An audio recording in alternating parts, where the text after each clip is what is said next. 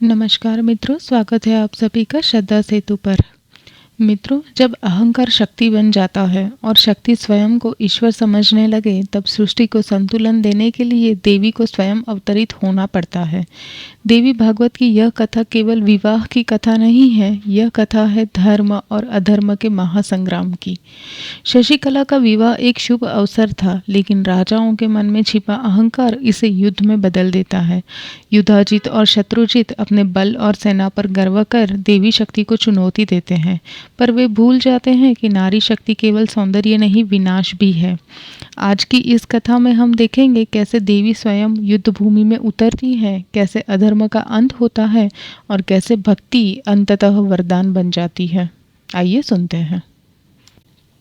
व्यास जी कहते हैं, राजा सुबाहु का अंतःकरण बड़ा पवित्र था। अपनी पुत्री की बात सुनकर वह राजाओं के पास गया और बोला, राजाओं, आज आप लोग अपने डेरे पर पधारे। विवाह का कार्यक्रम कल के लिए टल गया है। खाने पीने की चीज़ें आपकी सेवा में उपस्थित कर दी गई है। मुझ पर कृपा करके आप सभी महानुभाव इन वस्तुओं को स्वीकार करें, फिर कल की इस सभा भवन में पधारिएगा। हम सब मिलकर विवाह का कार्य संपन्न करेंगे। राजाओं, मेरी कन्या शशिकला का आज स्वयंवर में आना बिल्कुल असंभव है, अतः चाहते हुए भी मैं इस कार्य में सर्वथा असमर्थ हूँ। कल सवेरे समझा बुझा कर मैं उसे सभा भवन में ले आऊँगा। अतएव आप महानुभाव आज अपनी अपनी छावनी में पधारने की कृपा करें। बुद्धिमानों के समाज में विग्रह को स्थान नहीं रहता। अपने आश्रित जन पर, विशेषतः जो अपनी ही संतान है, उस पर कृपा करना तो नितांत आवश्यक है। अतः आप लोग शशिकला पर कृपा करके आज अपने अपने स्थानों को सिधारें। कल प्रातःकाल मैं पुत्री को यहाँ उपस्थित कर दूंगा। इच्छा स्वयंवर किया जाएगा, अर्थात राजकुमारी अपनी इच्छा से किसी भी नरेश को पति चुन ले, ऐसी घोषणा कर दी जाएगी। सभी नरेश यहाँ उपस्थित रहेंगे। उनकी सम्मति से यह कार्य संपन्न होगा। राजा सुबाहु की बात सुनने के पश्चात उपस्थित सभी नरेश अपने अपने स्थान पर चले गए। नगर के सन्निकट रहकर देखभाल करते रहे ताकि इस कार्य में छल न हो। इसकी व्यवस्था उन लोगों ने कर ली। इधर सुबाहु ने विवाह का समय निश्चय किया। अंतःपुर में ही गुप्त स्थान बनाया गया। मंडप में पुत्री शशिकला को बुलाकर वेद के पारागामी विद्वान पुरोहित गण के साथ वह विवाह का कार्य संपन्न करने में लग गया। वर को स्नान आदि कराया गया और विवाह में पहनने योग्य भूषण और वस्त्र दिए गए। मंडप में वेदी बनी हुई थी। वर को बुलाकर उस पर बिठाया और स्वयं उसकी पूजा की। राजा सुबाहु प्रतापी नरेश थे। उन्होंने विवाह के अवसर पर विस्तर, आचमन, अर्घ्य, 2 वस्त्र, गौ और 2 कुंडल देने के पश्चात अपनी कन्या शशिकला का विधि पूर्वक सुदर्शन के साथ पाणी ग्रहण संस्कार कर दिया। उदार हृदय वाले सुदर्शन ने भी सभी वस्तुएं स्वीकार कर ली। उस समय सुदर्शन कुबेर की कन्या का सामना करने वाली शशिकला को अपने से उत्तम मान रहा था। विवाह के समय मंत्रियों ने भी राजा के पूजा कर लेने पर उस उत्तम वर की वस्त्र आदि से पूजा की। सभी निर्भीक होकर मंडप में वर को ले आए थे। विधि की जानकार स्त्रियों ने शशिकला को भूषणों से खूब सजा धजा कर सुंदर पालकी पर बैठाया और वर के पास उपस्थित कर दिया। मंडप में अग्नि स्थापन के लिए चतुष्कोण वेदी बनी थी। पुरोहित ने उस पर अग्नि स्थापित की। विधि पूर्वक हवन किया गया। फिर वर और वधू को हवन करने के लिए कहा गया। दोनों बड़े प्रेम के साथ हवन में तत्पर हो गए। विधिवत लाजा हवन करने के पश्चात वर वधू ने अग्नि की प्रदक्षिणा की। उस कुल और गोत्र की जो प्रथा थी, उसका सम्यक प्रकार से पालन किया गया। महाराज सुबाहु ने घोड़े जूते हुए 200 रथ सुदर्शन को विवाह में दहेज दिए। वे रथ खूब सजाए गए थे। उन पर बाणों का भरपूर संचय था। महाराज काशी नरेश के पास पर्वत शिखर के समान मत वाले हाथी थे। सुवर्ण के भूषणों से उन हाथियों को सजाया गया था। प्रेम पूर्वक महाराज ने 125 हाथी सुदर्शन को भेंट किए। सोने के भूषणों से भूषित 100 दासियां और उतनी ही सुंदर हथिनियां दहेज में सुदर्शन को दी। फिर संपूर्ण आयुधों और भूषणों से सुसज्जित 1000 सेवक, बहुत से रत्न, वस्त्र और कंबल आदि यथोचित दिव्य पदार्थ सुदर्शन को दिए। अत्यंत मनोहर एवं विशाल अनेकों विचित्र भवन रहने के लिए अर्पित किए। साथ ही राजा सुबाहु ने सिंधु देश में उत्पन्न 2000 उत्तम घोड़े सुदर्शन को दिए। भार ढोने में कुशल 3000 ऊंट तथा अन्न एवं घी आदि से भरी हुई 200 बढ़िया बैलगाड़ियां दहेज में सुदर्शन को समर्पण की। तदंतर राजा सुबाहु ने रानी मनोरमा के सामने जाकर हाथ जोड़े हुए प्रणाम किया और यूँ कहा, राजकुमारी, आप श्रेष्ठ कुल से संबंध रखने वाली क्षत्राणी हैं। मैं आपका सेवक हूँ। अब आपके मन में जो बात हो वह बताने की कृपा करें। तब मनोरमा ने भी सुबाहु से मधुर वचनों में कहा, राजन, तुम्हारा कल्याण हो, तुम्हारे कुल की वृद्धि हो। तुम्हारे द्वारा मेरा खूब सम्मान हो गया, क्योंकि तुमने अपनी रत्नमयी उत्तम कन्या मेरे पुत्र सुदर्शन को प्रदान की है। राजा, यश गाने में कुशल वंदीजन और मागध है। मैं उनकी पुत्री तो हूँ नहीं जो सम्यक प्रकार से तुम्हारी प्रशंसा गा सकूं। अपने ही जन की प्रशंसा गाई भी क्या जाए। तुम एक प्रख्यात नरेश हो। तुमसे संबंध होने के कारण मेरा पुत्र सुदर्शन सुमेरु के समान उच्च अधिकार पा गया। अवश्य ही तुम बड़े सदाचारी नरेश हो। मैं तुम्हारे शुद्ध व्यवहार का क्या वर्णन करूं। तुमने राज्य से निकाले हुए मेरे पुत्र को अपनी कुलीन कन्या प्रदान कर दी। यह कैसी विचित्र बात है। सुदर्शन वन में रहता है, उसके पास एक भी पैसा नहीं है। उसके पिता कभी स्वर्ग सिधार गए थे। साथ में सेना भी नहीं है। वह केवल फल खाकर गरीबी से जीवन व्यतीत करता है। फिर भी इन सभी नरेशों को छोड़कर तुमने अपनी गुणवंती सुंदरी कन्या का इसके साथ विवाह किया है। यह क्या साधारण बात है। धन, कुल और बल में जो बराबर होता है उसी के साथ संबंध करने का नियम है। इस स्थिति में मेरे निर्धन पुत्र को भला कौन अपनी कन्या दे सकता था। अत्यंत आदरणीय और पराक्रमी इतने नरेश आए हुए हैं। तुमने उन्हें सभी से वैर मोल कर मेरे पुत्र को अपनी कन्या दी है। तुम्हारी इस धीरता का मैं क्या सराहना करूं। मनोरमा के वचन सुनकर सुबाहु के मन में अपार प्रसन्नता हुई। हाथ जोड़कर वह पुनः मनोरमा से कहने लगा, मेरा यह राज्य अत्यंत प्रसिद्ध है, आप इसे स्वीकार करें। अब से मैं सेनाध्यक्ष होकर रहूंगा। ऐसा करना असंभव हो तो आधा राज्य ही ले लें, फिर अपने पुत्र के साथ रहकर राजसी भोग भोगे। अब काशी में न रहकर किसी वन या ग्राम में रहे, यह मेरी सम्मति से विरुद्ध है। हाँ, राजाओं का कोप करना निश्चित है, किंतु मैं पहले जाकर उन्हें समझा बुझाकर शांत करूंगा। इसके बाद दान और दंड, ये दो उपाय हैं, इन्हें काम में लूंगा। इतने पर भी वे अनुकूल न होंगे तो संग्राम छिड़ जाएगा। यद्यपि हार और जीत प्रारब्ध के अनुसार होती है, तथापि जिस पक्ष में धर्म रहता है उसी की विजय संभव है।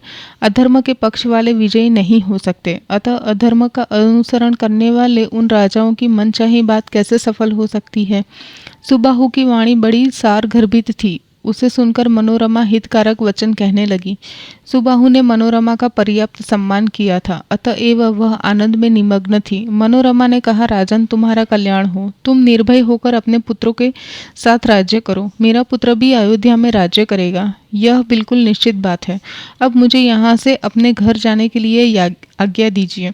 भगवती जगदम्बिका तुम्हारा कल्याण करेगी। राजन, परम आराध्य भगवती जगदम्बा का मैं भली भांति चिंतन करती हूँ। मेरे विषय में तुम्हें कुछ भी चिंता नहीं करनी चाहिए। इस प्रकार राजा सुबाहु और मनोरमा की बातें होती रही। उनकी वाणी अमृत के समान मधुर थी। बातचीत होते होते ही रात बीत गई, सवेरा हो गया। जब नरेशों को यह पता लगा कि विवाह हो गया, तब तो उनकी क्रोधाग्नि धधक उठी। वे नगर से बाहर निकलकर कहने लगे, सुदर्शन निश्चय ही राजकुमारी शशिकला के साथ विवाह करने में अयोग्य है। हम आज ही उस कलंकी राजा सुबाहु और कुमार सुदर्शन को मारकर राज्य लक्ष्मी सहित शशिकला को छीन लेंगे, अन्यथा लज्जित होकर कैसे अपने भवनों पर जाएंगे।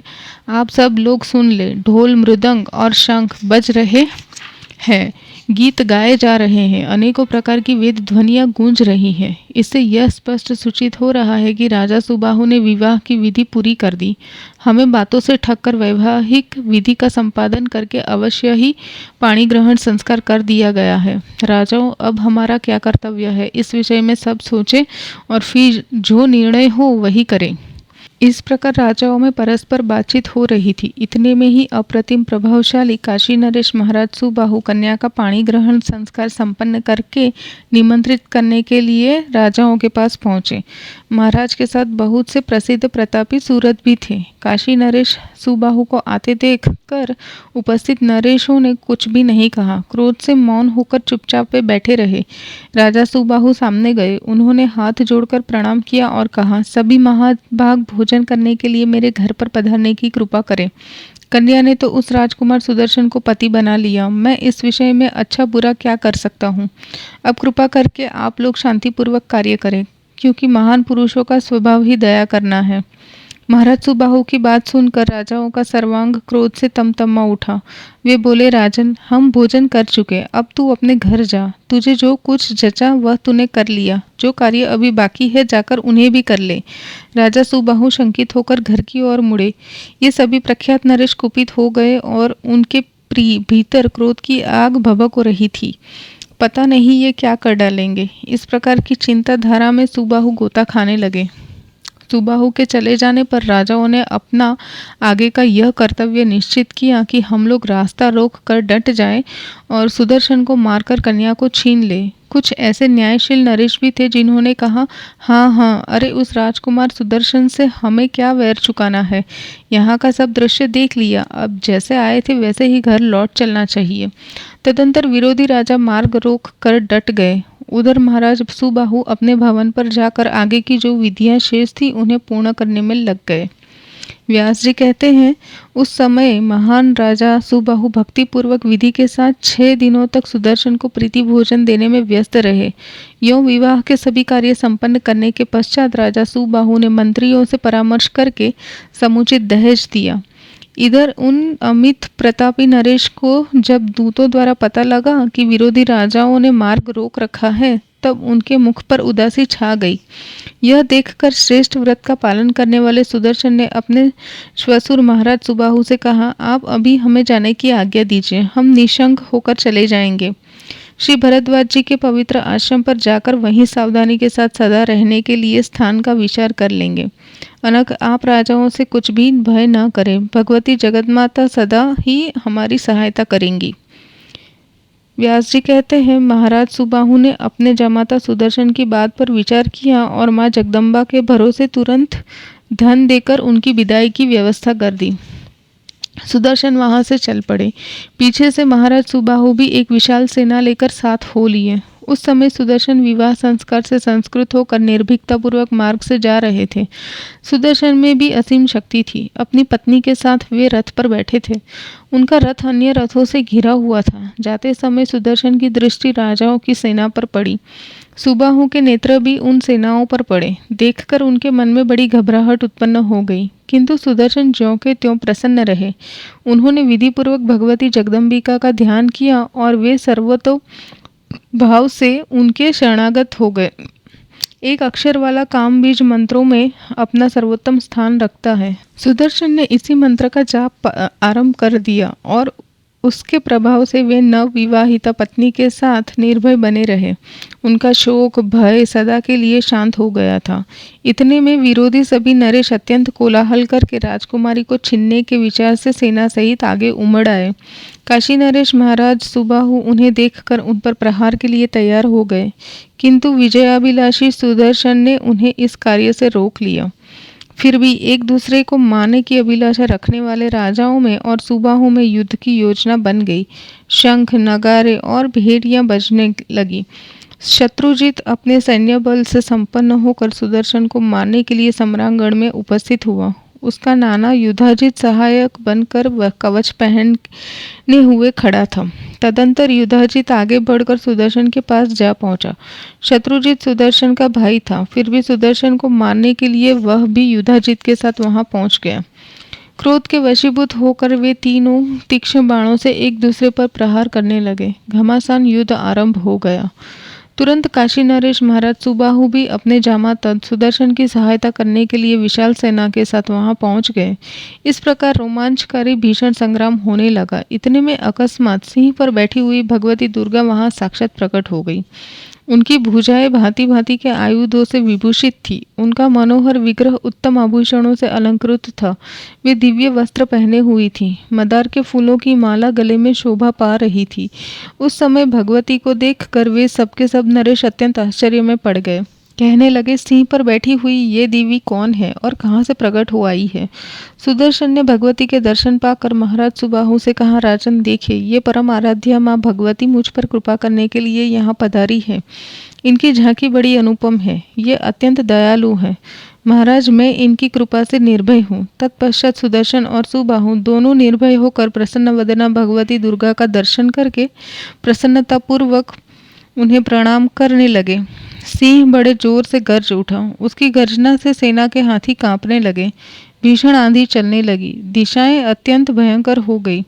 तब सुदर्शन ने अपने सेनाध्यक्ष से कहा, उस मार्ग से आगे बढ़ो जहाँ राजा लोग डटे हैं। वे दुराचारी नरेश कुपित होने पर भी अब मेरा क्या कर सकेंगे, क्योंकि भगवती जगदम्बा हम पर कृपा करने के लिए यहाँ स्वयं पधार गई है। यद्यपि विपक्षी नरेशों से मार्ग का कोना कोना भरा हुआ है, तब भी निर्भीक होकर हमें उसी मार्ग से चलना चाहिए। मैंने महादेवी का स्मरण किया है और ये यहाँ स्वयं विराज रही हैं, फिर कोई भी भय नहीं है। सुदर्शन की उपयुक्त बात सुनकर सेनाध्यक्ष उसी मार्ग से आगे बढ़ा। तब युधाजित अत्यंत कुपित होकर अपने पक्ष के राजाओं से कहने लगा, अरे तुम लोग भय से घबरा कर क्यों खड़े हो? राजकुमारी के साथ ही इस सुदर्शन को मार डालो। इस निर्बल छोकरे ने हम बलशाली वीरों का बड़ा अपमान किया है और अब कन्या को लेकर निर्भयता पूर्वक चला जा रहा है। सिंह पर बैठी हुई एक स्त्री को देखकर क्या तुम लोग डर गए? महाभागो, हमें उपेक्षा नहीं करनी चाहिए। सावधान होकर इस राजकुमार को मार डालने का यत्न कीजिए। इसको मारने के पश्चात सुंदर भूषणों से विभूषित इस कन्या को छीन लिया जाएगा। सिंह के भाग को पाने का सियार कैसे अधिकारी हो सकता है? इस प्रकार कहकर युधाजित ने सेना एकत्रित की। वह क्रोध से तमतमा उठा था। शत्रुजित को साथ लेकर वह युद्ध करने के लिए सामने उपस्थित हो गया। तुरंत बहुत से तीक्ष्ण बाण धनुष पर चढ़ाए और धनुष को कान तक खींचकर उसने बाणों को छोड़ना आरंभ कर दिया। युधाजित की बुद्धि बड़ी ही खोटी थी। मार डालने की इच्छा से सुदर्शन पर वह भीषण बाण वर्षा करने लगा। सुदर्शन भी आते ही उन बाणों को अपने बाणों से काटने में संलग्न हो गए। जब इस प्रकार युद्ध होने लगा, तब भगवती दुर्गा क्रोध से तमक उठी। उन्होंने युधाजित को लक्ष्य करके बाण बरसाने आरंभ कर दिए। उस समय भगवती जगदम्बा अनेक स्वरूपों से विराजमान थी। उन्होंने अपने हाथों में तरह तरह के आयुध धारण कर रखे थे। अत्यंत भयंकर युद्ध हुआ। कुछ ही देर में युधाजित और शत्रुजित दोनों रथ से गिर पड़े और उनकी जीवन लीला समाप्त हो गई। युधाजित और शत्रुजित दोनों जब युद्ध में काम आ गए, तब अन्य सभी राजाओं को महान आश्चर्य हुआ। उन दोनों का निधन देखकर सुबाहु के आनंद की सीमा न रही। फिर दुख दूर करने वाली भगवती दुर्गा को प्रसन्न करने के लिए महाराज सुबाहु उनकी स्तुति करने लगे।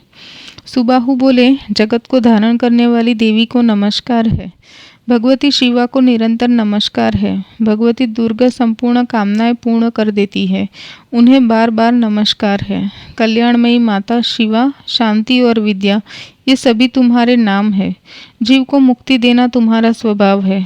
तुम जगत में व्याप्त हो और सारे संसार का सृजन तुम्हारे हाथ का खेल है। तुम्हें बार बार नमस्कार है। भगवती जगत माता, मैं अपनी बुद्धि से विचार करने पर भी तुम्हारी गति को नहीं जान पाता। निश्चय ही तुम निगुणा हो और मैं एक सगुण जीव हूँ।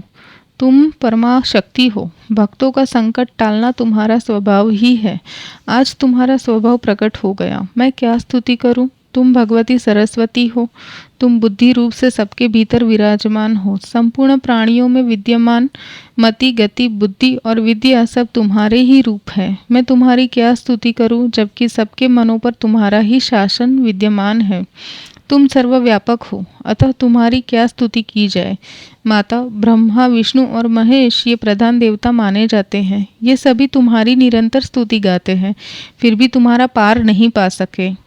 फिर मंद बुद्धि, अप्रसिद्ध, अवगुणों से ओतप्रोत मैं एक तुच्छ प्राणी कैसे तुम्हारे चरित्र का वर्णन कर सकता हूँ। संत पुरुषों की संगति क्या नहीं कर डालती, क्योंकि इससे चित्त के विकार दूर हो ही जाते हैं। मेरे जमाता सुदर्शन तुम्हारे भक्त हैं और उनके संग के प्रभाव से आज मुझे भी तुम्हारे दिव्य दर्शन प्राप्त हो गए। ब्रह्मा, विष्णु, महेश, इंद्र सहित सभी देवता और मुनि रहस्यों के पूर्ण जानकार है। माता, वे भी तुम्हारे जिस दुर्लभ दर्शन के लिए लालायित रहते हैं, वही दर्शन शम, दम और समाधि से शून्य मुझ साधारण व्यक्ति को सुलभ हो गया। भवानी, कहाँ तो मैं प्रचंड मूर्ख और कहाँ तुरंत संसार में मुक्त कर देने वाली अद्वितीय औषध तुम्हारी झांकी। देवी, तुमसे कोई बात छिपी नहीं है। सबके सभी भाव तुम्हें ज्ञात है। देवगण सदा तुम्हारी आराधना करते हैं। भक्तों पर दया करना तुम्हारा स्वभाव है। इसी से मुझे भी यह अवसर सुलभ हो गया है। देवी, मैं तुम्हारे चरित्र का क्या बखान करूं, जबकि ऐसी कठिन परिस्थिति में तुमने इस सुदर्शन की रक्षा कर ली। सुदर्शन के वे दोनों शत्रु बड़े ही पराक्रमी थे। तुमने तुरंत उनके प्राण हर लिए। भक्तों पर दया करने वाला तुम्हारा यह चरित्र परम पावन है। देवी, विचार करने पर तुम्हारे लिए यह कोई अद्भुत कार्य नहीं जान पड़ता, क्योंकि चराचर अखिल जगत का पालन तो तुम करती ही हो। अतएव इस समय दयालुतावश तुमने शत्रु को मारकर सुदर्शन को बचा लिया है। भगवती, तुमने सेवापरायण भक्त के यश को अत्यंत उज्जवल बनाने के लिए ही यह चरित्र रचा है। अन्यथा मेरी पुत्री का पाणी ग्रहण करके यह अयोग्य सुदर्शन युद्ध में कैसे सफलता प्राप्त कर सकता था। माता, तुम अपने भक्त को जन्म मरण आदि के भय से मुक्त कर देने में समर्थ हो, फिर उसके लौकिक मनोरथ पूर्ण कर देने में कौन सी बड़ी बात है। भक्तजन तुम्हें असीम पाप और पुण्य से रहित सगुण एवं निर्गुण बताते हैं। समस्त भूमंडल पर शासन करने वाली देवी, निश्चय ही तुम्हारे दर्शन पाकर मैं बड़भागी, कृतकृत्य और सफल जीवन बन गया। माता, न मैं तुम्हारा बीज मंत्र जानता हूँ और ना ही भजन। आज तुम्हारा प्रभाव सामने प्रकट होने से मैं इससे पूर्ण परिचित हो गया। व्यास जी कहते हैं, इस प्रकार स्तुति करने पर कल्याण स्वरूपिणी भगवती जगदम्बा प्रसन्न हो गई। तब उन्होंने महाराज सुबाहु से कहा, सुव्रत वर मांगो। व्यास जी कहते हैं, उस समय भगवती जगदम्बा के वचन सुनकर महाराज सुबाहु भक्ति भाव से संपन्न होकर कहने लगे, एक और भूलोक एवं देवलोक का राज्य रख दिया जाए और एक और तुम्हारे पुण्य दर्शन, तो वह राज्य तुम्हारे दर्शन की तुलना कभी नहीं कर सकता। तुम्हारे दर्शन के साथ जिसकी तुलना की जाए ऐसा कोई भी पदार्थ त्रिलोकी में नहीं है। देवी, मैं क्या वर मांगू, मेरा जगत में जन्म लेना सफल हो गया। माता, मैं यही चाहता हूँ और इसी अभिलेषित वर की याचना भी करता हूँ कि तुम्हारी अविचल भक्ति मेरे हृदय में निरंतर बनी रहे। माता, अब तुम मेरी इस काशी नगरी में सदा विराजने की कृपा करो। भगवती दुर्गा नाम से तुम्हारी प्रसिद्धि हो। यहाँ तुम शक्ति रूप से तो विराजमान हो ही, तुम्हें इस काशीपुरी की निरंतर रक्षा करनी चाहिए।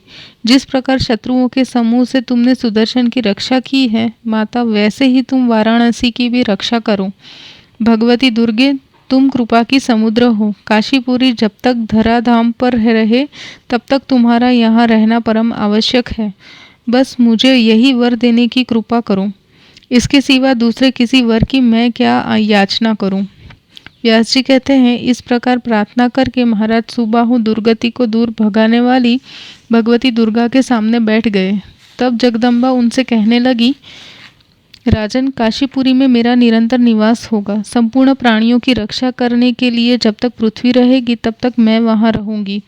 इसके बाद सुदर्शन सामने आया। उसका सर्वांग आनंद से विहल हो रहा था। उत्तम भक्ति के साथ भगवती जगदम्बा को प्रणाम करके उसने उनकी स्तुति आरंभ कर दी। मैं तुम्हारी कृपा की क्या महिमा गाऊं। मेरे जैसे सर्वथा भक्ति शून्य की भी तुमने आश्चर्य रूप से रक्षा कर ली। सारा जगत तुम्हारी शक्ति की कृपा से विद्यमान है। जिसमें कुछ भी भक्ति नहीं है उसका भी पालन करना तुम्हारा स्वभाव बना हुआ है। देवी, सुना जाता है तुम सारे प्रपंचमय जगत की सृष्टि करती हो। सृष्टि हो जाने पर उसका पालन करना और संहार का समय उपस्थित होने पर नाश कर डालना भी तुम्हारा ही काम है। जब तुमने मेरी रक्षा की है, इसमें कौन सी विचित्र बात है। देवी, आज्ञा दो, मैं तुम्हारा कौन सा प्रिय कार्य करूं और कहाँ जाऊं। शीघ्र ही आदेश देने की कृपा करो। माता, अब तुम्हारी आज्ञा पर मेरा कहीं जाना, रहना और विहार करना निर्भर है। व्यास जी कहते हैं, इस प्रकार सुदर्शन ने जब प्रार्थना की तब भगवती जगदम्बा ने दया के वशीभूत होकर उससे कहा, महाभाग, तुम अयोध्या जाओ और कुल की मर्यादा के अनुसार राज्य करना आरंभ कर दो।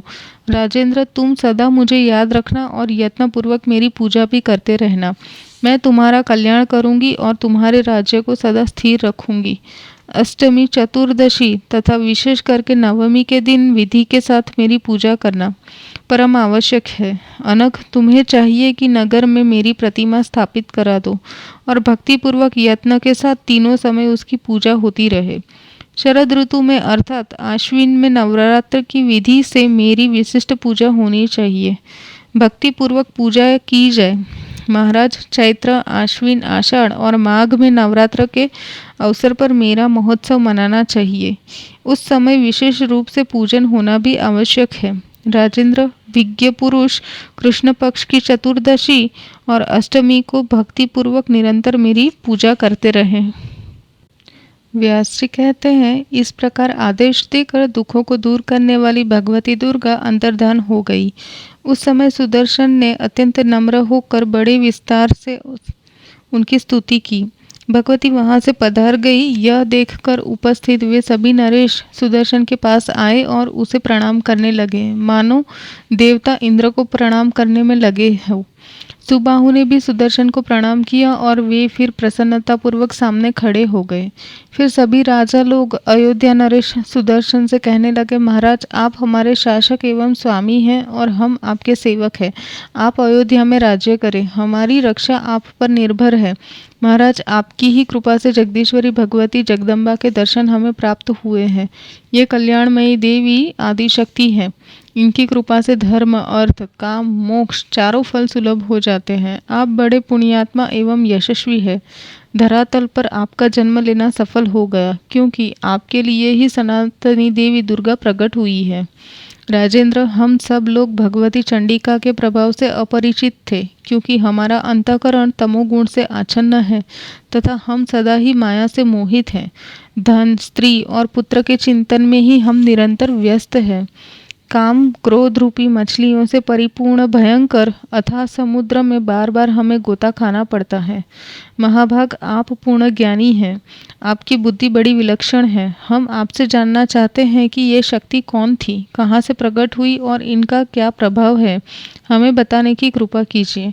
आप नौका बनकर संसार सागर से हमारा उद्धार कीजिए, क्योंकि दया करना संत का स्वभाव ही है। अतएव रघुकुल को सुशोभित करने वाले राजन, आप भगवती के उत्तम महात्म्य का वर्णन करने की कृपा करें। राजेंद्र, देवी की जो महिमा है, उनका जो स्वरूप है तथा जैसे वे प्रकट होती है, ये सब हम सुनना चाहते हैं। आप बताने की कृपा कीजिए। व्यास जी कहते हैं, राजाओं के यूं पूछने पर ध्रुव संधि कुमार राजा सुदर्शन मन ही मन भगवती का स्मरण करके अत्यंत प्रसन्नता से उनके साथ खड़े हो गए और कहने लगे, राजाओं, उन भगवती जगदम्बा के विषय में मैं क्या कह सकता हूँ। उनके उत्तम चरित्र को तो इंद्र सहित संपूर्ण देवता तथा ब्रह्मा प्रभृति भी जानने में असमर्थ है। राजाओं, भगवती आदि स्वरूपा है। वे आदि शक्ति महालक्ष्मी रूप से विराजमान होकर सर्वत्र सुपूजित होती है। ये ही भगवती सात्विक रूप धारण करके जगत के पालन में तत्पर रहती है। इनका जो रजोगुणी रूप है, उससे संसार की सृष्टि होती है। सात्विक रूप से पालन होता है और तामसी रूप से संहार लीला संपन्न होती है। यों भगवती को त्रिगुणात्मिका माना गया है। परम शक्ति भगवती का निर्गुण रूप भी है, जिससे संपूर्ण कामनाएं सुलभ हो जाती है। नृपवरों, ब्रह्मा आदि समस्त देवताओं की भी भगवती आदि कारण है। राजाओं, भगवती के निर्गुण रूप को जानने के लिए योगीगण सब तरह से यत्न करते हैं, फिर भी उन्हें जान नहीं सकते। अतः विज्ञ पुरुष भगवती के सगुण रूप का ही सदा सुखपूर्वक आराधन करें और चिंतन करते रहते हैं। राजाओं ने कहा, आप तो बचपन से ही वन में हैं। आप भय से अत्यंत घबरा गए थे। फिर परम शक्ति भगवती जगदम्बा को आप कैसे जान गए? आपने कैसे उनकी उपासना एवं पूजा की, जो भगवती तुरंत प्रसन्न होकर आपकी सहायता करने में संलग्न हो गई? सुदर्शन बोले, राजाओं, मैं बालक था, तभी भगवती का काम बीज क्लीम, यह मंत्रम जो सर्वोत्तम श्रेष्ठ है, मुझे मिल गया। मैं निरंतर उसके जप के साथ ही भगवती का स्मरण किया करता हूँ। ऋषियों ने कल्याणमयी भगवती जगदम्बा के विषय में मुझे जानकारी प्राप्त कराई। तब से उत्तम भक्ति के साथ मैं दिन रात उन देवी को स्मरण करता रहता हूँ। व्यास जी कहते हैं, सुदर्शन की बात सुनकर वे सभी राजा भक्ति भाव से ओतप्रोत हो गए।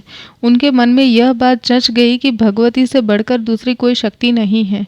तत्पश्चात वे अपने अपने स्थानों को चले गए। महाराज सुबाहु सुदर्शन से आज्ञा लेकर काशी को प्रस्थित हो गए। धर्मात्मा सुदर्शन ने भी अयोध्या की तरफ यात्रा की। राजा शत्रुजित संग्राम में काम आ गया और सुदर्शन को विजयश्री प्राप्त हुई है, यह समाचार सुनकर मंत्रियों के मन में प्रेम की बाढ़ आ गई। अयोध्या नगर के निवासियों ने जब सुना कि राजा सुदर्शन आ रहे हैं, तब भेंट की सामग्री लेकर अगवानी करने के लिए वे सुदर्शन के सामने चल पड़े। इसी प्रकार राजा प्रजामंडल ध्रुव संधि कुमार सुदर्शन को राजा मानकर आनंद में विवल हो गया और भांति भांति की भेंट सामग्री लेकर सभी आगे बढ़े। तदंतर सुदर्शन अपनी पत्नी तथा माता के साथ अयोध्या पहुंचे। सभी का यथोचित सम्मान करके उन्हें राजभवन में पैर रखा। उस समय बंदीजन सुदर्शन की प्रशंसा गा रहे थे। मंत्रियों ने अभिवादन आरंभ कर दिया था और कन्याएं फूलों एवं लाजाओं की वर्षा कर रही थीं। व्यास जी कहते हैं, अयोध्या जाने पर सर्वप्रथम महाराज सुदर्शन अपने सुहृदयों के साथ राजभवन में गए। वहाँ शत्रुजित की माता शोक में डूब रही थी। उन्होंने उन्हें प्रणाम किया और कहा, माताजी, मैं तुम्हारे चरणों की शपथ खाकर कहता हूँ कि तुम्हारे पुत्र शत्रुजित एवं पिता युधाजित संग्राम में मेरे हाथों नहीं मारे गए हैं। वे युद्ध भूमि में पहुँचे ही थे कि भगवती दुर्गा ने उनके प्राण हर लिए। इसमें मेरा कुछ भी अपराध नहीं है। होनी किसी के टाले नहीं टलती, वह होकर ही रहती है। मानिनी, अब तुम्हारे मरे हुए पुत्र के विषय में शोक करना ठीक नहीं है, क्योंकि जीव अपने किए हुए पूर्व कर्म के अधीन होकर सुख दुख रूपी भोग भोगता रहता है। धर्म के रहस्य को जानने वाली माता जी, मैं तुम्हारा सेवक हूँ। जैसे मनोरमा मेरी माता है, ठीक वैसे ही तुम भी हो। मैं तुम दोनों में कुछ भी भेद नहीं मानता। पूर्व जन्म में जो अच्छा और बुरा कर्म किया जाता है, उसका फल अवश्य भोगना पड़ता है। अतएव सुख दुख के विषय में तुम्हें कभी क्षोभ नहीं करना चाहिए। दुख में पड़ने रहने पर अधिक से अधिक दुख तथा सुख की घड़ी में सुख देख ले, किंतु सुख और दुख को शत्रु के समान समझकर इनमें अपनी आत्मा को न फंसाए। ये सब प्रारब्ध के अनुसार होते हैं। इन पर आत्मा का किंचन मात्र भी अधिकार नहीं है, न तो कोई संबंध है। इसलिए बुद्धिमान पुरुष शोक से आत्मा को नहीं सुखाते। जिस प्रकार कठपुतली नट आदि जो नचाने वाले होते हैं, उनके संकेत के अनुसार नाचती है, वैसे ही जीव को भी अपने किए हुए कर्म के वशीभूत होकर रहना पड़ता है। माताजी, वन जाने पर भी मेरे मन में दुख का समावेश नहीं हुआ। अपना किया हुआ कर्म अवश्य भोगना है, इसकी स्मृति सदा जागृत रही। अब भी मैं यही जानता हूँ। मेरे नाना की मृत्यु हो गई। माता की घबराहट का पार नहीं था। अत्यंत भयभीत होने के कारण मुझे लेकर वह एक घोर वन में चली गई थी। रास्ते में चोरों ने उस पर आक्रमण कर दिया। शरीर पर साड़ी तक नहीं छोड़ी। रास्ते के काम आने वाला मेरा सारा सामान भी छीन लिया था। मैं उसका पुत्र अभी बालक ही था, अतः वह बिल्कुल निराश्रय थी। उस समय मेरी माँ मुझे लेकर भरद्वाज मुनि के आश्रम पर चली गई थी। यह विद्दल और एक अबलादासी, ये दोनों व्यक्ति साथ रहे। वहाँ मुनि और उनकी पत्नियाँ सभी बड़े दयालु थे। उन्होंने निवार यानी कि तिन्नी के चावल और फल द्वारा भली भांति हमारा भरण पोषण किया। हम तीनों आदमी वहाँ ठहर गए, पर वह स्थिति भी मेरे लिए दुखदायिनी नहीं हुई। आज राज्य धन मिलने पर भी मैं सुख में नहीं फूलता। मेरे चित्त में कभी वैर और मत्सरता का प्रवेश नहीं हो पाता। परम तपस्विनी माताजी, राजसी भोजन करने की अपेक्षा सांवा अथवा तीनी के चावल का भोजन में उपयोग कर लेना उत्तम है, क्योंकि राजस अन्न खाने वाला नरक में जा सकता है, किंतु निवार खाने वाले को कभी नरक का द्वार नहीं देखना पड़ता। अतएव विज्ञ पुरुष को चाहिए कि इंद्रियों को वश में करके सदा धर्म का पालन करे, जिससे नरक की यातना न भोगनी पड़े। माताजी, यह भारतवर्ष पुण्य भूमि है। इसमें आकर मनुष्य का जन्म पाना बड़ा ही दुर्लभ है। आहार विहार आदि के सुख तो निश्चय ही सभी योनियों में मिल सकते हैं। ऐसे अलभ्य मानव देह को पाकर हम धर्म का संचय करना चाहिए, जो मनुष्य को स्वर्ग और मोक्ष तक देने वाला है। दूसरी योनियों में यह सुयोग मिलना बड़ा ही दुर्लभ है। व्यास जी कहते हैं, सुदर्शन के यों कहने पर लीलावती लज्जित सी हो गई। पुत्र शोक का परित्याग करके आंखों से आंसू बहाती हुई वह सुदर्शन से कहने लगी, पुत्र, मैं बड़ी अपराधिनी हूँ। मुझे ऐसी दशा प्राप्त होने में मेरा पिता युधाजित ही कारण बना। उसी ने तुम्हारे नाना को मारकर राज्य छीन लिया था। पुत्र, मैं उस समय अपने पिता युधाजित और पुत्र शत्रुजित दोनों को रोकने में असमर्थ थी। जो कुछ घटना घटी उसका कर्ता मेरा पिता ही था, अतः उसमें मेरा अपराध भी नहीं है। उन्होंने अपने किए कर्म का फल पाया, जिससे उन्हें मृत्यु के मुख में जाना पड़ा। उनकी मृत्यु में तुम कारण नहीं हो। मुझे उस पुत्र की चिंता नहीं है। मुझे तो निरंतर चिंता उसके बुरे कर्मों की लगी हुई है। पुत्र, तुम और मेरी बहन मनोरमा सदा कल्याण के भागी बने रहे। बेटा, तुम्हारे लिए मुझे कुछ भी क्रोध अथवा शोक नहीं है। महाभाग, अब तुम राज्य करो। प्रजा की रक्षा परम आवश्यक है। सुव्रत भगवती जगदम्बिका की कृपा से तुम्हें यह निष्कंटक राज्य मिल गया है। विमाता लीलावती की यह बात सुनकर राजकुमार सुदर्शन ने उसके चरणों में मस्तक झुकाया। तदंतर वे अपने भव्य भवन में गए, जहाँ पहले से ही मनोरमा जाकर ठहरी थी। वहाँ जाकर संपूर्ण मंत्रियों और ज्योतिषियों को बुलाया, उत्तम दिन और शुभ मुहूर्त बताने की प्रार्थना की। सर्वप्रथम सुवर्ण का बहुत सुंदर सिंहासन बनवाया और कहा कि देवी को सिंहासन पर पधार कर मैं सदा उनकी पूजा करूंगा। ये भगवती धर्म, अर्थ, काम और मोक्ष चारों फल प्रदान करती है। इन्हें आसन पर पधारने के पश्चात ही मैं राज्य करूंगा, जिस प्रकार राम प्रभृति राजाओं ने किया है। नगर के सभी लोग इन कल्याणमयी भगवती जगदम्बा की उपासना करें। इन आदरणीय आद्य शक्ति को आराधना करने से काम, अर्थ और सिद्धि सभी सुलभ हो जाते हैं। सुदर्शन के यों कहने पर मंत्रीगण राजाज्ञा के पालन में तत्पर हो गए। उन्होंने शिल्पियों द्वारा अत्यंत भव्य भवन का निर्माण करवाया, भगवती की सुंदर प्रतिमा बनवाई। तब राजा सुदर्शन ने उत्तम दिन और मुहूर्त शुद्धवाकर उस समय वेद के पारंगामी ब्राह्मणों को बुलाया और विधि तथा श्रद्धापूर्वक देवी की स्थापना की। राजन, उस अवसर पर महान उत्सव मनाया गया। अनेक प्रकार के बाजे बजने लगे। ब्राह्मणों ने वेद ध्वनि आरंभ कर दी। तरह तरह के गाने होने लगे। व्यास जी कहते हैं, राजा सुदर्शन ने वेदवादी ब्राह्मणों द्वारा कल्याण स्वरूपिणी भगवती की विधिवत स्थापना करा के विधि पूर्वक भांति भांति से उनकी पूजा की। उन्होंने भगवती की अर्चना करके पश्चात अपनी पैतृक संपत्ति एवं राज्य पर अधिकार स्वीकार किया। तभी से भगवती जगदम्बिका कोसल देश में विराजने लगी।